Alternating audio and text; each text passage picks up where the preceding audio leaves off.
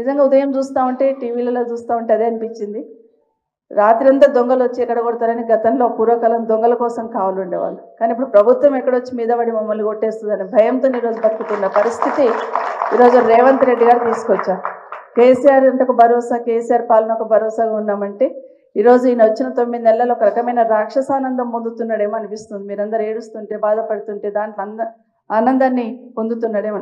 నిజంగానైనా మిమ్మల్ని ఇల్లీగల్గా కట్టున్నారు, బఫర్లో కట్టున్నారు ప్రశ్నిస్తున్న ముఖ్యమంత్రి గారు, మీ ఇల్లే చెరువులో ఉంది, ముందు అది తీసుకొని రండి, వచ్చి వీళ్ళకి సమాధానం చెప్పాలి. ఎందుకంటే మీ కొడంగల్లోనే మీరు చెరువు కుంటలు కట్టి ఉన్నారు, దానికి సమాధానం చెప్పకుండా ఇక్కడ వచ్చి వీళ్ళ మీద పడి మీరు ఇది చేస్తున్నారని మాట్లాడడం కరెక్ట్ కాదు. తప్పకుండా మేము పార్టీ తరఫున మీకు అండగా ఉంటాం.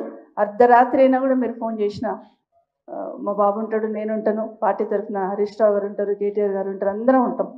కాబట్టి మీరందరూ కూడా ధైర్యంగా ఉండండి. హరీష్ రావు గారు చెప్పినట్టు టెన్షన్ పడకండి, తొందరపడకండి, ఆరోగ్యాలు ఇది కాకుండా ఖచ్చితంగా లీగల్గా ఫైట్ చేస్తాం. ఫిజికల్ కూడా అక్కడ వచ్చి మీకు నిలిచిన ప్రయత్నం చేస్తాం. బుల్డోజర్ వచ్చింది ఏదైనా వచ్చిందంటే ఆ బుల్డోజర్ కన్నా ముందు మేమే ముందు వచ్చి నిల్చుంటాం. టెన్షన్ పడకండి అని కూడా మీకు అందరికీ మరొకసారి తెలియజేసుకుంటూ, లీగల్గా కూడా మా అడ్వకేట్స్, మా సోదరులు సోదరిమణి కూడా ఉన్నారు, వాళ్ళు కూడా మీకు నంబర్స్ ఇస్తారు. మా నంబర్ అయితే చాలామంది దగ్గర ఉంది, అక్కడ ఆ ఏరియాలో చాలామంది దగ్గర ఉంటుంది.